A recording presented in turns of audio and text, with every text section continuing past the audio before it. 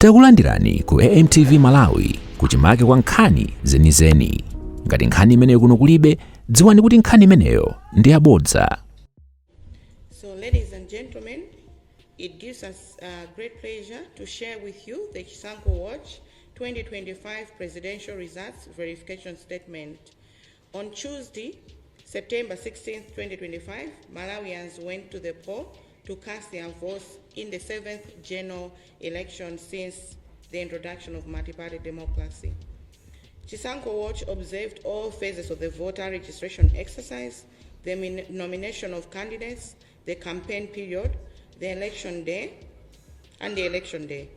Our observers were carefully selected, highly trained, duly accredited, and committed to observing on behalf of all Malawians. On election day, our observers arrived at the polling station around 5 a.m.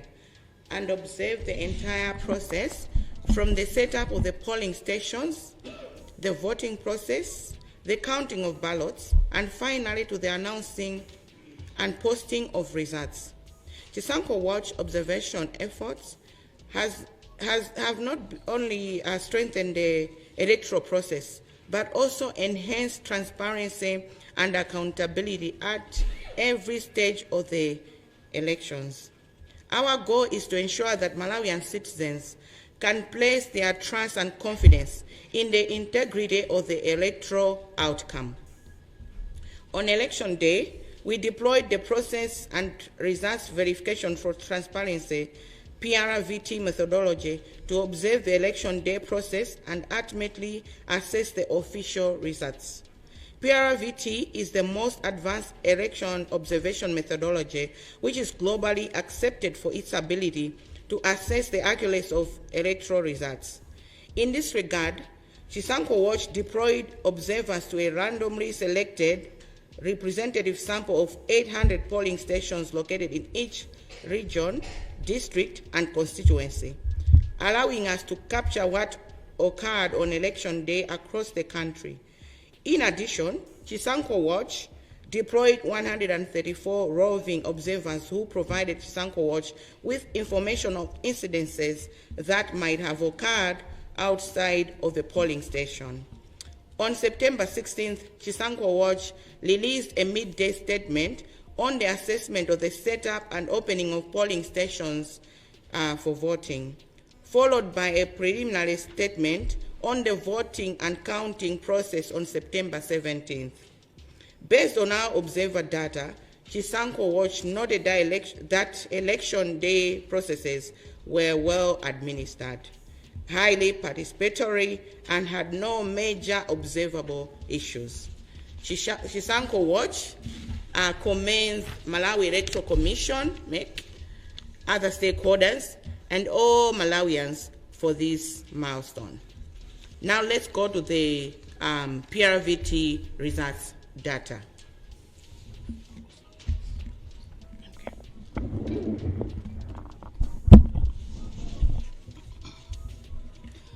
PRVT results data. The findings presented in this statement are based on data from PRVT observers stationed at 784, 98%, nationally representative polling stations.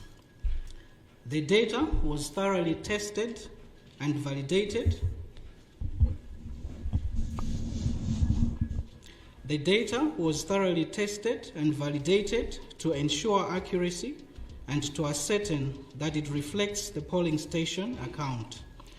Chisankho Watch is now pleased to share the PRVT results data, including data on political party representatives or monitors' presence at polling station.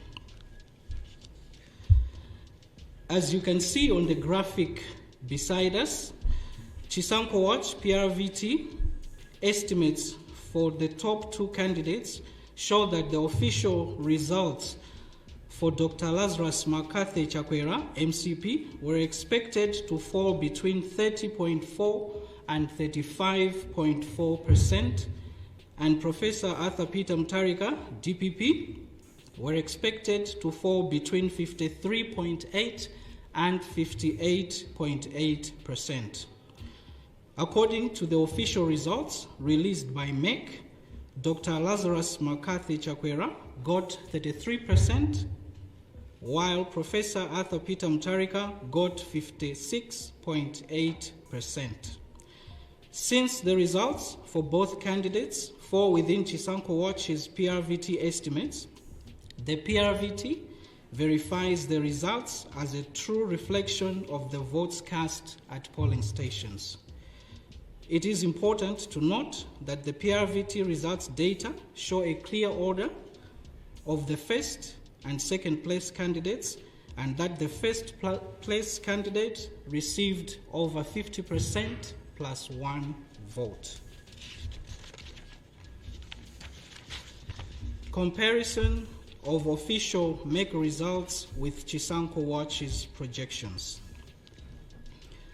Chisankho Watch has observed that MEC's official results across all presidential candidates are consistent with the results of the PRVT. The percentage for each candidate fell within the margin of error and is thus consistent.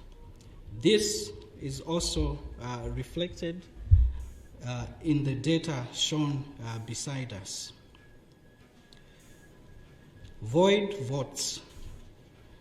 MEC's official results indicate that the voided ballots stood at 2.8% of all votes cast.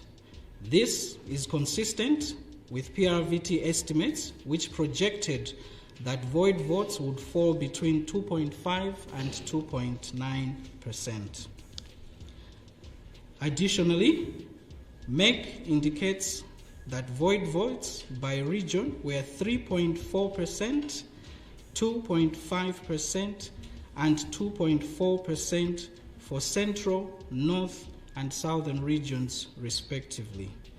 This is consistent with PRVT estimates, which projected that void votes in central would fall between 2.8 and 3.4%, in north would fall between 2.4 and 3.2%, and south would fall between 2.0 and 2.4%.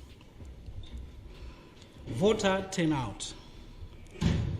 According to Chisankho Watch's observation findings, voter turnout for the 2025 general elections was expected to fall between 74.8 and 76.4%. MEC's results indicate the official turnout as 76.4%, which is within the PRVT projected range. Chisankho Watch's observation projected that voter turnout by region would be as follows: between 70.8 and 73.4% for the central region, between 69.6 and 72.8% for the northern region, and between 79.9 and 81.5% for the southern region.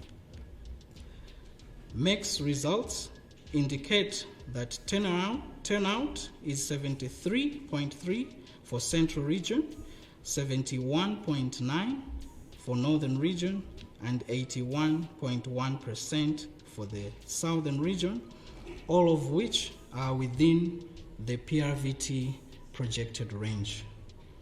I'll pass on to my colleague.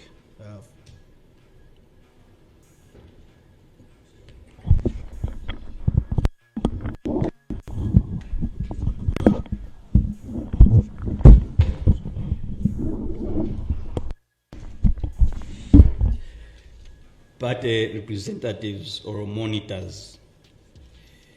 The presence of party representatives or monitors at polling stations, particularly during the counting and signing of the official polling station results from MEC Form 18A, is not only important for transparency, but also gives voters even greater confidence in the official results.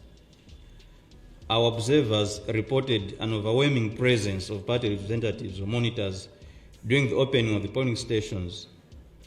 Chisankho Watch observed that DPP representatives were present at 17% of polling stations. MCP representatives were present at 99 of polling stations. UTM representatives were present at 81% of polling stations. And the representatives of other political parties and independent candidates were present at 94% of polling stations. During the counting process, our observers reported that party representatives or monitors were present at almost all polling stations. Chisankho Watch observed that DPP party representatives were at 98% of polling stations, MCP at 99% of polling stations, UTM at 86% of polling stations, representatives of other political parties at 93% of polling stations. Further, party representatives consistently signed the official results form for the presidential election, MEG Form 18A, with DPP party representatives signing at 97% of polling stations, MCP at 99% of polling stations, UTM at 84% of polling stations, and representatives of other political parties and independent candidates at 90% of polling stations.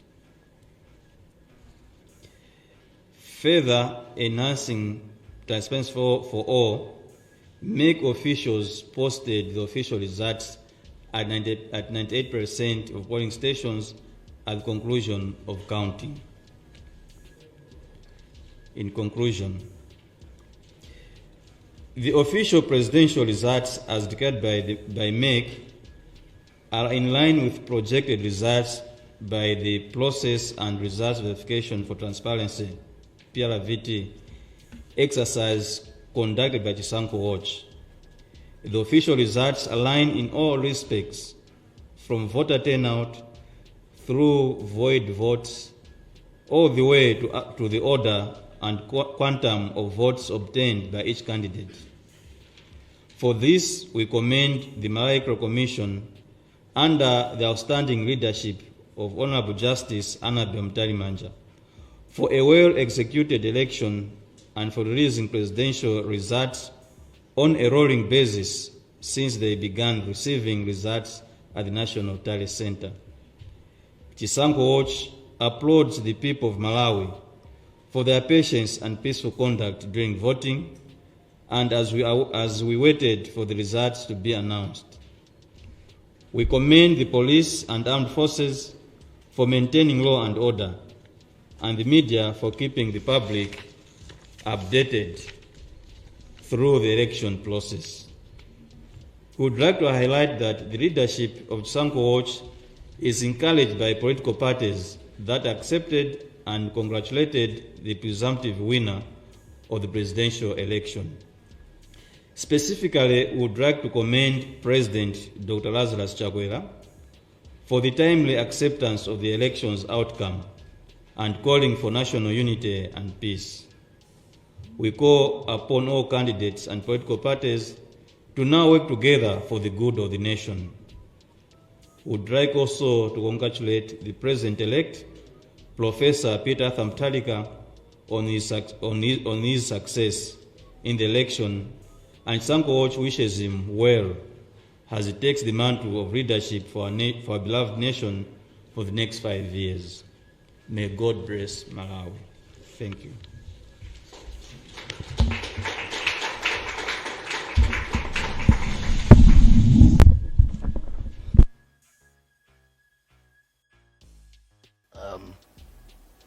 That is the statement. I'm wondering whether Siadungu is doing the Chichewa one, or if that's fine. I will invite up to the podium Mr. Louis Msiadungu omwe atithandizire kupereka statement imeneyi mchichewa zikomo.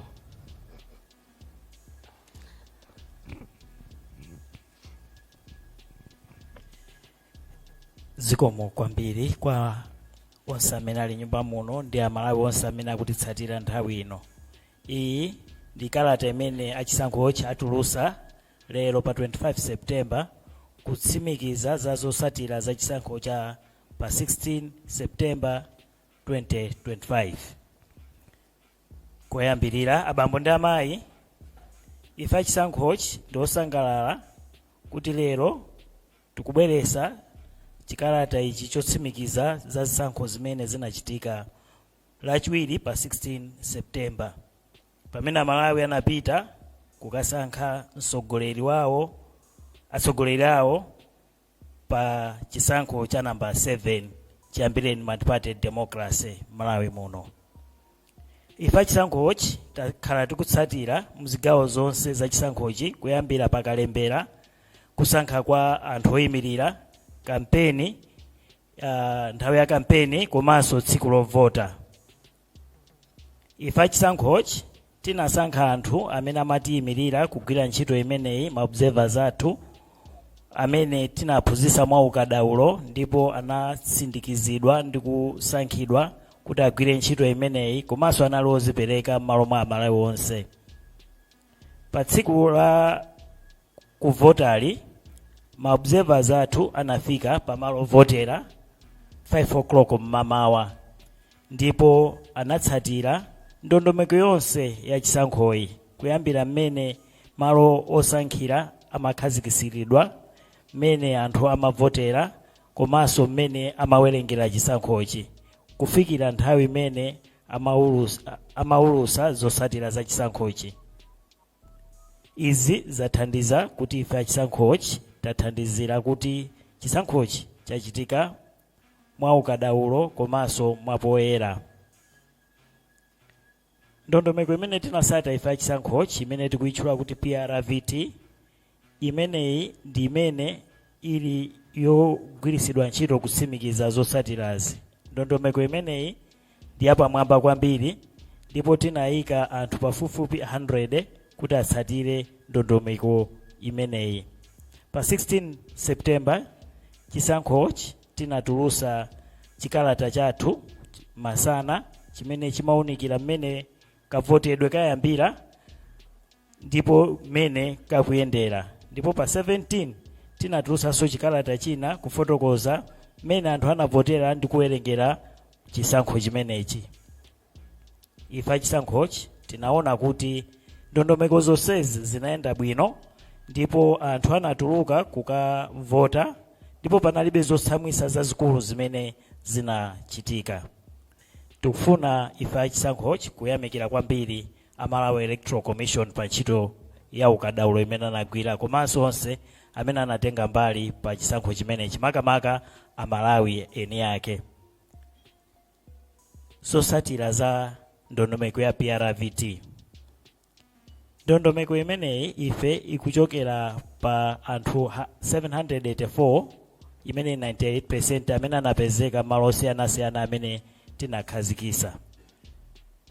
Ndipo mene mukuonera apo chisankhochi inapeza kuti zotsatira za chisankho chimenechi Dr. Lazarus McCarthy Chakwera amayenera kupeza mavoti pakatikati pa 30.4% ndi 35.4%. Ndipo Professor Arthur Peter Mutharika a DPP amayenera kupeza mavoti pakati pa 53.8% ndi 58.8%. Ndipo potengera zotsatira zimene Malawi Electoral Commission apeza, Dr. Lazarus McCarthy Chakwera apeza 33% ya mavoti, pamene Professor Arthur Peter Mutharika apeza 56.8% ya mavoti. Izi zikutsimikizika kuti zimene alengeza Malawi Electoral Commission ndi ife zimene tapeza pa ndondomeko yathu ya PRVT zikutsimikizirana. Tikufunanso kutsindika kunena kuti ndondomeko imene ikuonesa kuti woyamba anapeza mavoti motere, wachiwiri motere, makamaka kuti woyamba anapeza mavoti 50% kuphatikizirapo imodzi. Kuyerekeza kwa zotsatira za Malawi Electoral Commission komanso za ife achisankhochi. Chisankhochi yaona kuti zotsatira zimene alengeza Malawi Electoral Commission makamaka za upresident ndizogwirizana kwambiri ndi zimene ife tapeza makamaka poyang'anira ma percentage amene tanena aja.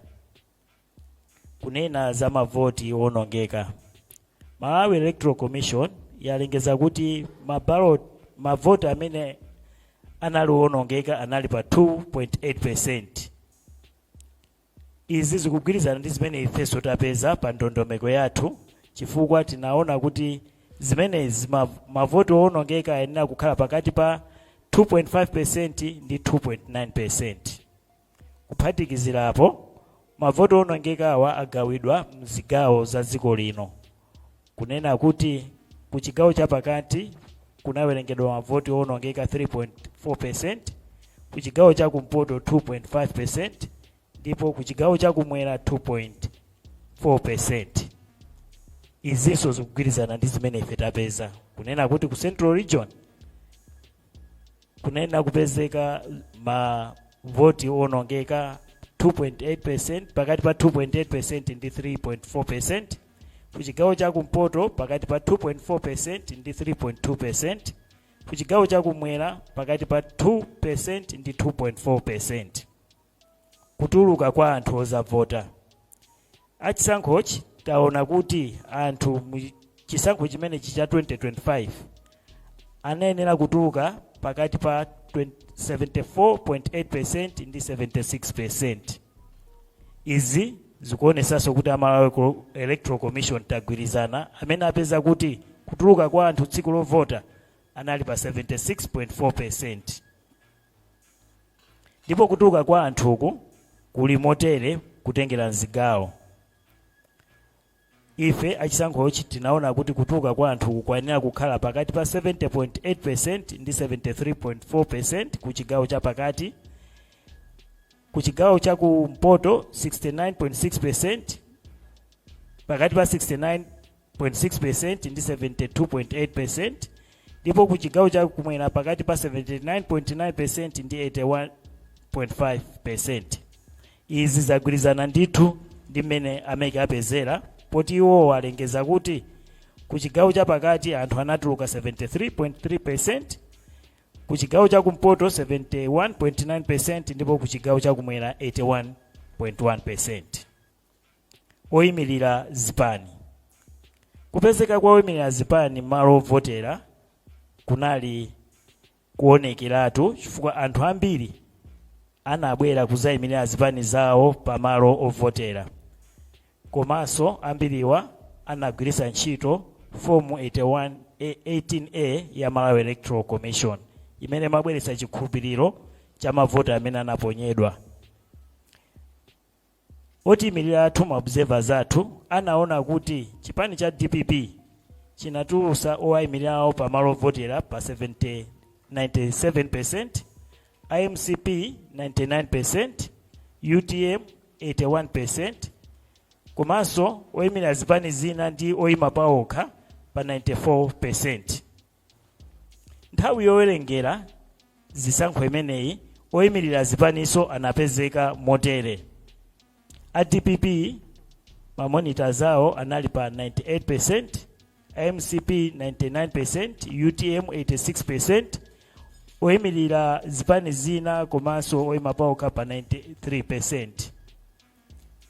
Komanso ife achisankhochi tapeza kuti oyimirira zipaniwa anasayina fomu 18A ya Malawi Electoral Commission yotsimikiza kuti zotsatira za pamenepo zawerengeredwadi mwa ndondomeko, ndipo izi zinali motere. A DPP analipo 97%, MCP 99%, UTM 84%, ndipo oyimirira zipani zina ndi oyima paokha 90%. Pofunanso kuonesesa kuti pali kauniuni wabwino ndiponso pakuchitika zinthu poyera, ogwira ntchito ku Malawi Electoral Commission anayika poyera zotsatirazi malo okwanira 98% malo ovotera onse m'dziko muno. Kumalizira, zotsatira za upresident zimene alengeza Malawi Electoral Commission sikufanana ndithu ndi zimene ife Chisankho chitapeza pochokera mu ndondomeko yathu ya Process and Results Verification for Transparency Exercise PRVT. Zotsatira zimene ameke alengeza zikugwirizana ndithu ndi mmene anthu anatulukira tsiku lovoterali. Pa ichi tikufuna kuthokoza kwambiri Malawi Electoral Commission pogwira ntchito yawo mwa ukadaulo makamaka ndi utsogoleri wa Honorable Justice Annabel Ntalimanja amene agwira ntchito yawo ndithu molemekezeka ndi mwa ukadaulo. Iwowa anaonesesa kuti zotsatira zonse zikulengezedwa bwinobwino mwatsatanetsatane ku National Talent Center. Chisankhochi tufunanso kuyamikira Malawi amene analodeka ndipo alaonesa khalidwe lofuna mtendere pamene amadikira kuti zotsatirazi ziwulutsidwe. Tikuyamikira Malawi Police Service komanso asilikali ankhondo pothandiza kuti pakhale ulamuliro wabwino komanso mtendere pa nthawi imene timadikira zotsatirazi. Kwa inu atolankhani tikukuthokozani kwambiri chifukwa mwathandiza kuti Malawi atsate bwinobwino zotsatirazi mmene zimalengezeredwera.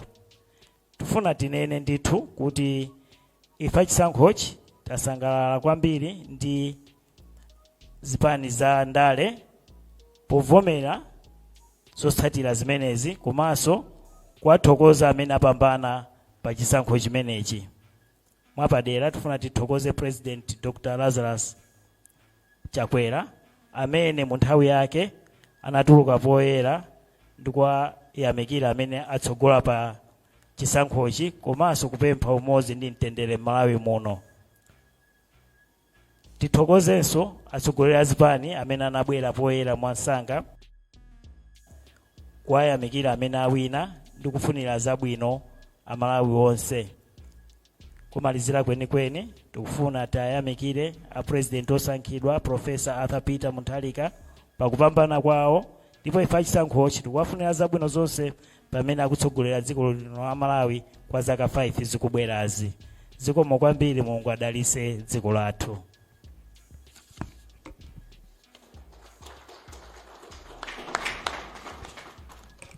Zikomo kwambiri potipatsira statement imene mchichewa mmene tinanene atabwera pamalo pano limodzi kuti tilandire statement kuchokera kwa Chisankhochi amene lero akutsimikiza ma results amene anatipatsira a MEC. Pakadali pano ndifunano ndi pemphe anzathu atolankhani amene muli muchipinda muno kuti muthe kutha kufunsa mafunso anu. I'm now going to open the floor for questions from those of you that are here in the room representing the population of Malawi, atolankhani anzathu amenewo, and any other person, the observers and all that are here. When you feel free to put your hand up, to raise your hand. When the mic does come your way, please introduce yourself and proceed to ask your question. All right, thank you. I'm Joseph Mazizi from Capital FM. Okay.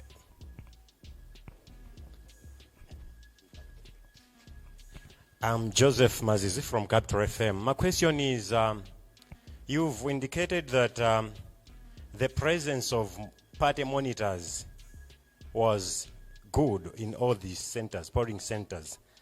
Now, there were claims by some political parties that the documents were tampered with by some MEC officials or polling staff. I don't know if you received any reports from your observers in that regard, because that was kind of a big issue on the part of some political parties who were claiming that the figures were changed. Did you receive any reports in that regard? Thank you.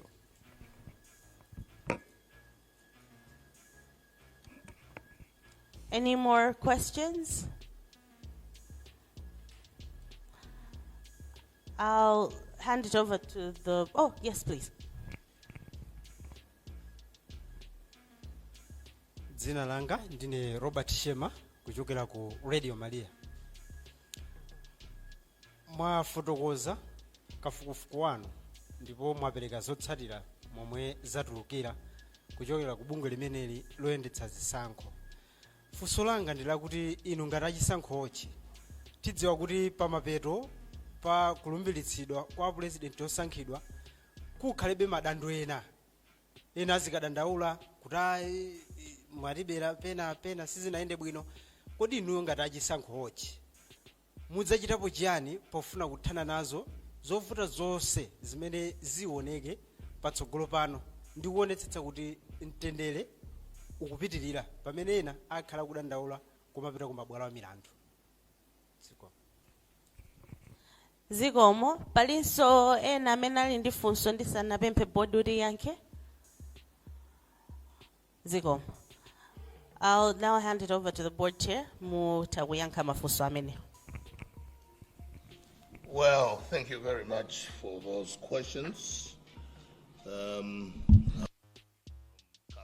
FM asked a question about the complaints that some political parties have given concerning their representatives not being present when forms were being signed. Let me say this, our report, observation report, covers places where our observers were placed. From those places where our observers were placed, we did not receive any report to that extent. They were all present as indicated by the percentages that our report is covering.